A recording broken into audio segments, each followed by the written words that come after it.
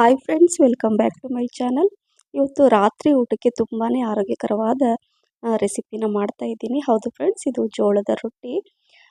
Gluten free ಜೋಳದ ರೊಟ್ಟಿ ನಮ್ಮ ಆರೋಗ್ಯಕ್ಕೆ ತುಂಬಾ ಒಳ್ಳೆಯದು, ನಿಮಗೆಲ್ರಿಗೂ ಗೊತ್ತೇ ಇರೋದು. ಹಾಗೆ ಬೀನ್ಸ್ ಪಲ್ಯ ಕೂಡ ತುಂಬ ಸಿಂಪಲ್ ಆಗಿ ಮಾಡ್ತಾ ಇದ್ದೀನಿ. ಮತ್ತು ಹಾಗಲಕಾಯಿ ಪಲ್ಯ, ಹಾಗಲಕಾಯಿ ತಿಂದೇ ಇರೋರು ಕೂಡ ತಿಂತೀರ, ಅಷ್ಟೊಂದು ರುಚಿಯಾಗಿರುತ್ತೆ ಈ ಪಲ್ಯ. ಮೊಸರು ಜೊತೆ ಈರುಳ್ಳಿ ಇಟ್ಕೊಂಡು ರಿಯಲಿ ನೀವು ತಿಂತಾ ಇದ್ರೆ ಜೋಳದ ರೊಟ್ಟಿ ತಿಂತಾನೆ ಇರ್ತೀರ, ಅಷ್ಟೊಂದು ರುಚಿಯಾಗಿರುತ್ತೆ. ತುಂಬ ಸುಲಭವಾಗಿ, ಬನ್ನಿ ಯಾವ ರೀತಿ ಮಾಡೋದು ಅಂತ ನೋಡೋಣ. ಮೊದಲು ಇಲ್ಲಿ ಬೀನ್ಸ್ ಪಲ್ಯ ಮಾಡ್ಕೊಳ್ತೀನಿ. ಸ್ವಲ್ಪ ಕಡಾಯಲ್ಲಿ ನಾನು ಒಂದು 5ರಿಂದ 6 ಟೇಬಲ್ ಸ್ಪೂನಷ್ಟು ಎಣ್ಣೆ ಹಾಕ್ಕೊಂಡಿದ್ದೆ. ಸಾಸಿವೆ, ಜೀರಿಗೆ, ಸ್ವಲ್ಪ ಕರಿಬೇವು, ಒಂದು ಹೆಚ್ಚಿರುವಂತಹ ಈರುಳ್ಳಿನ ನಾನು ಈ ಥರ ಹಾಕ್ಕೊಳ್ತಾ ಇದ್ದೀನಿ ಸಣ್ಣಕ್ಕೆ ಹೆಚ್ಚಿ.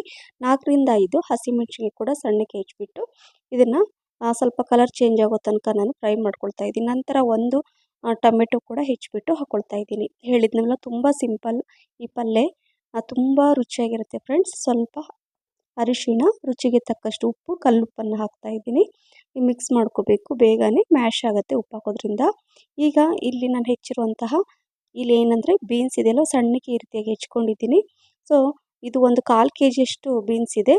ಸ್ವಲ್ಪ ನೀರು ಕೂಡ ಹಾಕೋಬೇಕು, ಒಂದು ಅರ್ಧ ಗ್ಲಾಸಷ್ಟು ನೀರು ಹಾಕ್ಕೊಂಡು ಇದನ್ನು ಮಿಕ್ಸ್ ಮಾಡ್ಕೋಬೇಕು. ನಂತರ ಇದನ್ನು ಮುಚ್ಚಿಟ್ಬಿಡೋಣ. ಒಂದು 5ರಿಂದ 6 ನಿಮಿಷಗಳ ಕಾಲ ಲೋ ಮೀಡಿಯಂ ಫ್ಲೇಮಲ್ಲಿ ಮುಚ್ಚಿಟ್ಬಿಡೋಣ. ನೋಡಿ, ಸೈಡಲ್ಲಿ ಅದನ್ನು ಇಡ್ತೀನಿ. ಈಗ ಇನ್ನೊಂದು ಕಡಾಯಿಯಲ್ಲಿ ನಾನು ಸ್ವಲ್ಪ ಎಣ್ಣೆ ಹಾಕ್ಕೊಳ್ತೀನಿ. ಮಸ್ಟರ್ಡ್ ಆಯಿಲ್ ಅಥವಾ ಈ ಸಾಸಿವೆ ಎಣ್ಣೆ ಅಂತೀವಲ್ಲ, ಅದನ್ನು ಹಾಕ್ಕೊಂಡಿದ್ದೀನಿ. ಸ್ವಲ್ಪ ಹಿಂಗೆ ಹಾಕ್ಕೊಂಡಿದ್ದೀನಿ. ಸಾಸಿವೆ, ಜೀರಿಗೆ, ಕರಿಬೇವು ಸೇಮ್ ಅದೇ ಥರ ಒಂದು ಈರುಳ್ಳಿ ಹೆಚ್ಚಿಬಿಟ್ಟು ಹಾಕ್ಕೊಂಡಿದ್ದೀನಿ. ಅಲ್ಲಿ ಸೈಡಲ್ಲಿ ಪಲ್ಯ ಕೂಡ ಆಗ್ತಾ ಇರುತ್ತೆ, ಅದನ್ನು ಕೂಡ ನಾನು ಚೆಕ್ ಮಾಡ್ತಾ ಈ ಪಲ್ಯ ಕೂಡ ನಾನು ಮಾಡ್ಕೊಳ್ತಾ ಇರ್ತೀನಿ. ಅಂದರೆ ಬೇಗನೆ ಆಗುತ್ತೆ, ಬಿಸಿ ಬಿಸಿಯಾಗಿ ನಾವು ಊಟನ ಮಾಡ್ಕೋಬೋದು ಈ ರೀತಿಯಾಗಿ ಮಾಡ್ಕೊಳ್ಳೋದ್ರಿಂದ. ಸೊ ಅದು ಕೂಡ ಮಿಕ್ಸ್ ಮಾಡಿ ಇಟ್ಟಿದ್ದೀನಿ, ಅದು ಸಿಮ್ಮಲ್ಲೇ ಇದೆ, ಆಗ್ತಾ ಇರುತ್ತೆ. ಸೊ ಅಷ್ಟರಲ್ಲಿ ನೋಡಿ, ಈ ಏನು ಈರುಳ್ಳಿ ಹಾಕಿದ್ನಲ್ಲ ಅದು ಕೂಡ ಫ್ರೈ ಆಗಿದೆ. ಇಲ್ಲಿ 8 ಸ್ಮಾಲ್ ಸೈಜಲ್ಲಿದೆ ನೋಡಿ ಹಾಗಲಕಾಯಿ, ತುಂಬ ಚೆನ್ನಾಗಿರುತ್ತೆ. ಹಾಗಲಕಾಯಿ ಕೂಡ ನಮ್ಮ ಹೆಲ್ತಿಗೆ ತುಂಬಾ ಒಳ್ಳೆಯದು. ಹಾಗಲಕಾಯಿ ಹೆಚ್ಚಾಗಿ ಯಾರು ತಿನ್ನಲ್ಲ, ಇಷ್ಟಪಡಲ್ಲ. ಆದರೆ ಈ ರೀತಿಯಾಗಿ ಮಾಡಿ ತಿನ್ನಿ, ರಿಯಲಿ ತಿಂದೇ ಇರೋರು ಕೂಡ ಪದೇ ಪದೇ ನೀವು ಮಾಡಿ ತಿಂತೀರಾ. ಒಂಥರ ಚಟ್ಪಟ, ಬಾಯಿಗೆ ನೀರಿರಿಸುವಂತಹ ರೆಸಿಪಿ ಆಗಿಬಿಡುತ್ತೆ ಇದು. ಈ ಹಾಗಲಕಾಯಿ ರೆಸಿಪಿ ನಾನು ತೋರಿಸಿದ ರೀತಿಯಲ್ಲಿ ಮಾಡಿ. ಸೊ ನಾನು ಹಾಗಲಕಾಯಿನ ಕಟ್ ಮಾಡಿ ಇಟ್ಕೊಂಡಿದ್ದೀನಿ. ಹಾಗೆ ಈರುಳ್ಳಿ ಕೂಡ ಅಷ್ಟರಲ್ಲಿ ಫ್ರೈ ಆಯಿತು. ಸಣ್ಣ ಸಣ್ಣಕ್ಕೆ ಪೀಸ್ ಮಾಡಿ ನಾನು ಹೆಚ್ಕೊಂಡಿದ್ದೀನಿ. 8 ಹಾಗಲಕಾಯಿ ಇದೆ ಇದು. ಹೆಚ್ಕೊಂಡು ನೋಡಿ ಮಿಕ್ಸ್ ಮಾಡ್ಕೋಬೇಕು. ಮೊದಲು ಎಣ್ಣೆಯಲ್ಲೇ ಫ್ರೈ ಮಾಡ್ಕೊಂಡ್ರೆ ಮಿಕ್ಸ್ ಮಾಡ್ಕೊಂಡ ನಂತರ ಸ್ವಲ್ಪ ಅರಿಶಿನ, 2 ಟೇಬಲ್ ಸ್ಪೂನಷ್ಟು ನಾನು ಅಚ್ಕಾರದ ಪುಡಿ ಹಾಕ್ಕೊಂಡಿದ್ದೀನಿ. ಕಲ್ಲುಪ್ಪು ಹಾಕ್ಕೊಂಡಿದ್ದೀನಿ, ರುಚಿಗೆ ತಕ್ಕಷ್ಟು ಹಾಕ್ಕೊಂಡು ಇದನ್ನು ಮೊದಲು ಮಿಕ್ಸ್ ಮಾಡ್ಕೋಬೇಕು ಎಣ್ಣೆಯಲ್ಲೇ. ಅಂದರೆ 1-2 ನಿಮಿಷ ಚೆನ್ನಾಗಿದೆ ಎಲ್ಲ ಮಿಕ್ಸ್ ಆಗಬೇಕು, ಉಪ್ಪು ಖಾರ ಎಲ್ಲ. ನೋಡಿ, ಅಲ್ಲೂ ಪಲ್ಯ ಕೂಡ ನಾನು ಚೆಕ್ ಮಾಡ್ತಾ ಇರ್ತೀನಿ ಇದ್ರ ಜೊತೆ. ಸೊ ಅಂದರೆ ಬೀನ್ಸು ಬೇಗನೆ ಬೇಯುತ್ತೆ. ನಾನು ಮೀಡಿಯಂ ಫ್ಲೇಮ್ ಅಥವಾ ಲೋ ಫ್ಲೇಮಲ್ಲಿ ಅಲ್ಲಿ ಸೈಡಲ್ಲಿ ಇಟ್ಟಿದ್ದೀನಿ. ಸೊ ಹಾಗಾಗಿ ಅದನ್ನು ಕೂಡ ನಾನು ಚೆಕ್ ಮಾಡ್ತಾ ಇರ್ತೀನಿ. ಸೊ ನೋಡಿ ಬೀನ್ಸು, ಸೊ ಇನ್ನೊಂದು 2 ನಿಮಿಷಕ್ಕೆ ಇದು ಕೂಡ ಆಗಿರುತ್ತೆ. ಸೊ ಇದು ಕೂಡ ನಾನೀಗೇನು ಮಾಡ್ತೀನಿ ಅಂದರೆ ಇದರಲ್ಲಿ ಸ್ವಲ್ಪ ನೀರು ಹಾಕ್ತೀನಿ. ಹಾಗಲಕಾಯಲ್ಲಿ ಒಂದು ಅರ್ಧ ಗ್ಲಾಸಷ್ಟು ನೀರು ಹಾಕ್ಕೊಂಡು ಮಿಕ್ಸ್ ಮಾಡ್ಕೊಳ್ತೀನಿ.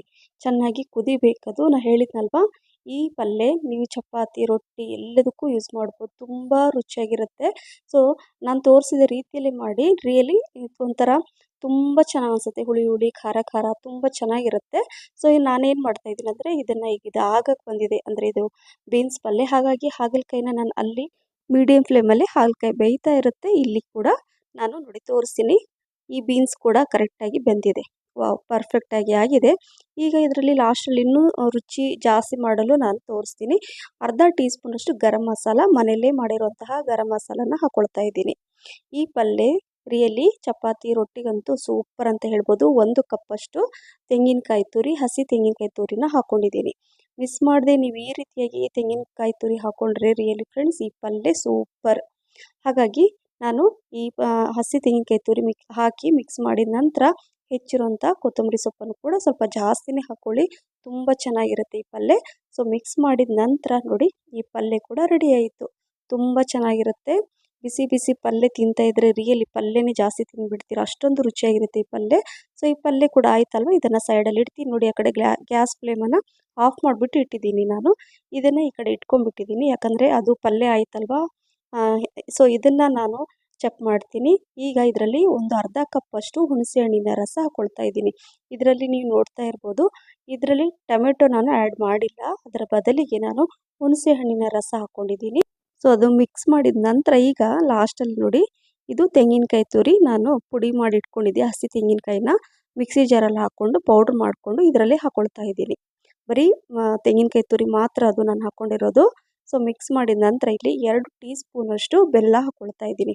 ಹುಣಸೆ ಹಣ್ಣಿನ ರಸ ಹಾಕಿದ ಮೇಲೆ ಅದಕ್ಕೆ ಸರಿಯಾಗಿ ಬೆಲ್ಲ ಹಾಕಲೇಬೇಕು, ಆವಾಗಲೇ ರುಚಿ ಜಾಸ್ತಿ ಆಗುತ್ತೆ, ಇಲ್ಲಾಂದರೆ ಅಷ್ಟೊಂದು ರುಚಿಯಾಗಿ ಬರಲ್ಲ. ಸೊ ಈಗ ಮಿಕ್ಸ್ ಮಾಡಿ 1-2 ನಿಮಿಷ ನಾನು ಮುಚ್ಚಿಟ್ಟಿದ್ದೆ. ಈಗ ಎಲ್ಲ ನೀರಿನ ಅಂಶ ಎಲ್ಲ ಅದು ಕರೆಕ್ಟಾಗಿ ಹೀರ್ಕೊಂಡಿದೆ, ಕರೆಕ್ಟಾಗಿ ಕುಕ್ ಆಗಿದೆ. ನಾನು ತೋರಿಸ್ತೀನಿ ನೋಡಿ, ತುಂಬ ಚೆನ್ನಾಗಿರುತ್ತೆ ಫ್ರೆಂಡ್ಸ್. ಈ ಹಾಗಲಕಾಯಿ ಪಲ್ಯ ನನ್ನ ಫೇವ್ರೇಟ್ ಇದು. ಸೊ ಈ ಹಾಗಲಕಾಯಿ ಕೂಡ ಕರೆಕ್ಟಾಗಿ ಬೆಂದಿದೆ. ಸೊ ಲಾಸ್ಟಲ್ಲಿ ನಾನು ಸ್ವಲ್ಪ ಗರಂ ಮಸಾಲ ಹಾಕ್ತಾಯಿದ್ದೀನಿ. 1/4 ಟೀ ಸ್ಪೂನಷ್ಟು ಮಾತ್ರ ಗರಂ ಮಸಾಲ ಹಾಕ್ಕೊಂಡು ಮಿಕ್ಸ್ ಮಾಡಿದ ನಂತರ ಸೊ ಹೆಚ್ಚಿರುವಂಥ ಕೊತ್ತಂಬರಿ ಸೊಪ್ಪನ್ನು ಹಾಕ್ಕೋಬೇಕು. ತುಂಬ ಚೆನ್ನಾಗಿರುತ್ತೆ, ನೋಡಲಿಕ್ಕೂ ಚೆನ್ನಾಗಿರುತ್ತೆ, ಮತ್ತು ಕೊತ್ತಂಬರಿ ಸೊಪ್ಪು ಕೂಡ ನಮ್ಮ ಆರೋಗ್ಯಕ್ಕೆ ಒಳ್ಳೆಯದು. ಸುಮ್ಮನೆ ಅಲಂಕಾರಕ್ಕೆ ಹಾಕೋದಲ್ಲ, ಕೊತ್ತಂಬರಿ ಸೊಪ್ಪಲ್ಲಿ ತುಂಬಾ ಉಪಯೋಗಗಳು ಇದೆ. ಸೊ ನೋಡಿ, ಈ ಪಲ್ಯ ಕೂಡ ರೆಡಿ ಆಯಿತು, ಬಿಸಿ ಬಿಸಿ ಪಲ್ಯ. ಸೊ ಈ ಹಾಗಲಕಾಯಿ ಪಲ್ಯ ಕೂಡ ರೆಡಿ ಆಯಿತು. ಈಗ ಲಾಸ್ಟಲ್ಲಿ ಏನು ಮಾಡೋಣ ಅಂದರೆ ರೊಟ್ಟಿ. ಹೌದು ಫ್ರೆಂಡ್ಸ್, ಇದು ಉತ್ತರ ಕರ್ನಾಟಕದ ಸ್ಪೆಷಲ್ ಜೋಳದ ರೊಟ್ಟಿನ ಮಾಡ್ತಾಯಿದ್ದೀನಿ. ಹೆಚ್ಚಾಗಿ ನಾನು ಜೋಳದ ರೊಟ್ಟಿ ರಾತ್ರಿಯೇ ಮಾಡ್ತೀನಿ, ಯಾಕಂದರೆ ಎಲ್ಲರೂ ಮನೇಲಿರ್ತಾರೆ.